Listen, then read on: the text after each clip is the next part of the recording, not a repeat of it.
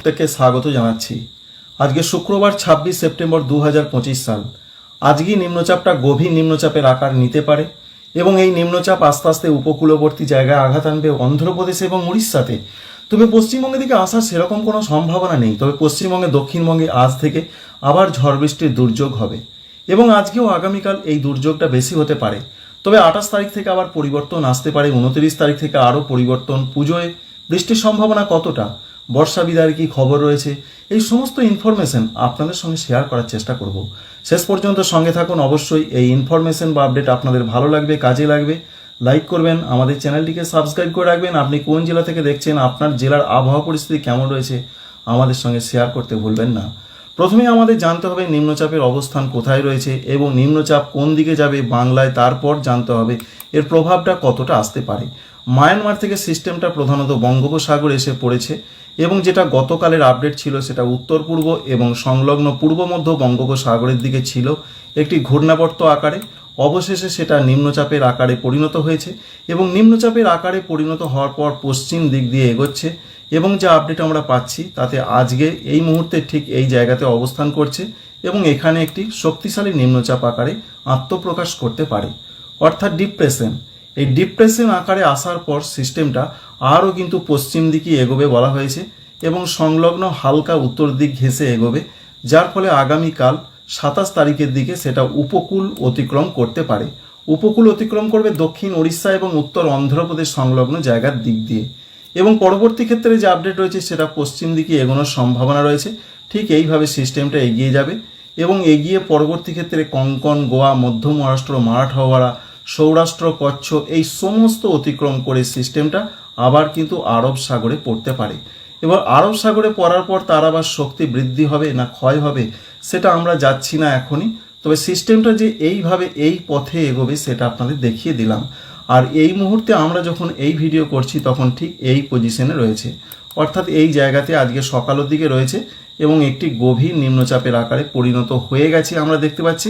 তবে আবহাওয়া দপ্তর জানিয়েছেন আজকে সেটা পরিণত হবে, পরবর্তী ক্ষেত্রে এই দেখানো পথে এগোবে। এর জন্য কি কি প্রভাব হতে পারে এবার আপনাদের সেটা জানাবো। তবে এখনো পর্যন্ত যা তথ্য আমরা পাচ্ছি, এই গভীর নিম্নচাপ ঘূর্ণিঝড় হবার মতন কোনো পরিস্থিতির কথা বলছেন না ভারতীয় আবহাওয়া দপ্তর। তো আমরা দেখতে পাচ্ছি প্রচণ্ড ঝোড়ো হাওয়ার সম্ভাবনা রয়েছে উপকূলবর্তী জায়গাগুলোর দিকে। সব থেকে বেশি রয়েছে যেমন বাংলাদেশের চট্টগ্রাম, মহেশখালী, এছাড়া বরিশাল এই সমস্ত জায়গাতে।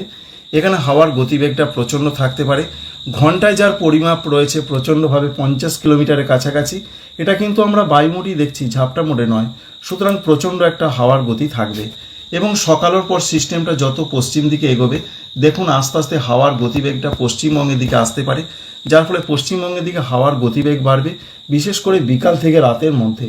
যেমন রয়েছে দক্ষিণ ২৪ পরগনার সঙ্গে রয়েছে পূর্ব মেদিনীপুর, এই সমস্ত জেলাগুলোতে প্রচণ্ড ঝোড়ো হাওয়া এবং ২৪ পরগনা উত্তর, এছাড়া কলকাতা, হাওড়া, হুগলি এদিকে দমকা ঝোড়ো হাওয়ার একটা প্রচণ্ডভাবে সম্ভাবনা আমরা লক্ষ্য করতে পারছি এবং পশ্চিমবঙ্গে দক্ষিণবঙ্গের দিকে সেই হাওয়ার গতিবেগ থাকবে প্রায় ৪৪ কিলোমিটার ঘন্টায়, এরকম একটা সম্ভাবনা রয়েছে। সুতরাং দমকা ঝোড়ো হাওয়াটা প্রচণ্ডভাবে আজকে বিকাল থেকে শুরু হতে পারে এবং সেটা কতক্ষণ চলতে পারে, আগামীকাল সকালের দিকে প্রচণ্ড দমকা ঝোড়ো হাওয়ার সম্ভাবনা রয়েছে সারা পশ্চিমবঙ্গের দক্ষিণবঙ্গ জুড়ে এবং যা গতিবেগ আমরা লক্ষ্য করতে পারছি বিশেষ করে মেদিনীপুর, ঝাড়গ্রাম এদিকে প্রায় ৫০ থেকে ৫৫ কিলোমিটার বেগে দমকা ঝোড়ো হাওয়া বইবে। অন্যান্য জেলাগুলোর ক্ষেত্রে যেমন বর্ধমান রয়েছে, নদিয়া, মুর্শিদাবাদ এদিকে ৩৫ থেকে ৪০। আর উত্তরবঙ্গের জেলাগুলোতে দমকা ঝোড়ো হওয়ার সেরকম প্রবল সম্ভাবনা নেই, এখানে মূলত ২৫ থেকে ৩০-এর মধ্যে বইতে পারে। আগামীকাল পশ্চিমবঙ্গের দক্ষিণবঙ্গে যেমন দমকা ঝোড়ো হওয়ার সম্ভাবনাটা বাড়বে, তেমনি বাংলাদেশের ক্ষেত্রে দমকা ঝোড়ো হওয়ার সম্ভাবনাটা আস্তে আস্তে কমতে থাকবে। দেখুন বাংলাদেশের থেকে আস্তে আস্তে সেটা কিন্তু পশ্চিমবঙ্গের দিকে এগিয়ে আসছে। তাই বাংলাদেশে আগামীকাল সকালের পর, সকালও কিন্তু না, সকালের পর আস্তে আস্তে কমতে থাকবে এবং ২৭ তারিখ বিশেষ করে ২৭ তারিখ পর্যন্তই এরকম একটা ঝোড়ো হওয়ার সম্ভাবনা রয়েছে। আমরা তো দেখলাম দমকা ঝোড়ো হওয়ার সম্ভাবনা, সব থেকে যেটা বেশি ম্যাটার করে বৃষ্টিটা কেমন হতে পারে সেটা সব থেকে বড় বিষয় রয়েছে। আজকে সকালের দিকের যা পূর্বাভাস আমরা পাচ্ছি উপকূলবর্তী জায়গাগুলোর দিকে হালকা মাঝারি বৃষ্টি হতে পারে, এরকমই একটা পূর্বাভাস। যেমন দেখতে পাচ্ছেন বিশেষ করে উত্তর উড়িষ্যা রয়েছে, সঙ্গে রয়েছে অন্যান্য জায়গা, পশ্চিমবঙ্গের ক্ষেত্রে মেদিনীপুর রয়েছে, ২৪ পরগনা এই উপকূলবর্তী জায়গা দিকে হতে পারে।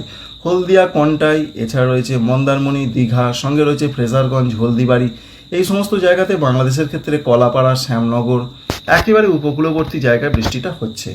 তবে অন্যান্য জায়গাগুলো, ভেতরের দিকে জায়গাগুলো সেরকম কোনো বৃষ্টি সকালের দিকেই থাকছে না।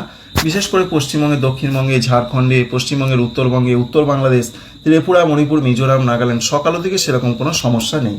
তবে দুপুরের দিকে যেহেতু সিস্টেমটা অনেকটা কাছে চলে আসছে উপকূলের, দেখতেই পাচ্ছেন, এর জন্য দক্ষিণবঙ্গে জেলায় জেলায় বৃষ্টি বাড়বে। বৃষ্টি বাড়বে প্রত্যেকটা জেলার দিকে, হালকা থেকে মাঝারি বৃষ্টি হবে। তবে এটা অধিকাংশ জায়গাতেই হবে, প্রত্যেকটা জেলার অধিকাংশ জায়গাতে বৃষ্টি। অর্থাৎ আজকে দুর্যোগটা শুরু হয়ে যাচ্ছে এই নিম্নচাপের জন্য। শুক্রবার, আগামীকাল দুর্যোগটা আরও বাড়তে পারে। যেটা বলছেন আবহাওয়া দপ্তর, যে আগামীকাল শনিবার দক্ষিণ চব্বিশ পরগনা, পূর্ব মেদিনীপুর, পশ্চিম মেদিনীপুর, ঝাড়গ্রাম এই জেলাগুলোর কিছু কিছু জায়গাতে ভারী বৃষ্টিপাতের পূর্বাভাস দিয়েছেন, এমনটা খবর এখনও পর্যন্ত রয়েছে। তবে আজকে দু এক জায়গায় একটু মাঝারি ভারী থেকে ভারী বৃষ্টির চান্সও পশ্চিমবঙ্গে, দক্ষিণবঙ্গের দিকে থাকছে। সেই সঙ্গে বজ্রবিদ্যুতের সম্ভাবনা প্রচণ্ডভাবে থাকছে এবং ঝাড়খণ্ডও হালকা থেকে মাঝারি অধিকাংশ জায়গায় বৃষ্টি হবে। তো এই উত্তরবঙ্গের জেলাগুলোতে সেরকম বড় ধরনের কিছু নেই, বাংলাদেশের ক্ষেত্রে বড় ধরনের কিছু নেই। তবে রাজশাহী, মেহেরপুর এদিকে হালকা মাঝারি বৃষ্টি হবে। অন্যান্য জায়গায় হালকা ধরনের বৃষ্টি, চট্টগ্রামে হালকা মাঝারি বৃষ্টি হতে পারে। এরকম একটা পূর্বাভাস আজকের দিনটা আমরা দেখতে পাচ্ছি। আজকে রাতের দিকে সেরকম আর কিছু নেই। বৃষ্টির সম্ভাবনা উত্তরবঙ্গের জায়গাগুলোতে রয়েছে, কিন্তু দক্ষিণবঙ্গে হালকা হালকা ঝিরিঝিরি কোথাও কোথাও হতে পারে। উত্তরবঙ্গের জেলাগুলোতে যেমন রয়েছে উত্তর দিনাজপুর, জলপাইগুড়ি, আলিপুরদুয়ার, কুচবিহার এই জায়গাগুলোর কোনো কোনো জায়গায় একটু মাঝারি ধরনের বৃষ্টি হতে পারে। আসামের ক্ষেত্রে হতে পারে, আর বাংলাদেশের ক্ষেত্রে ময়মনসিংহ, সিলেট বিভাগের ক্ষেত্রে হতে পারে। মাঝ রাতের দিকে এরকম একটা পূর্বাভাস রয়েছে।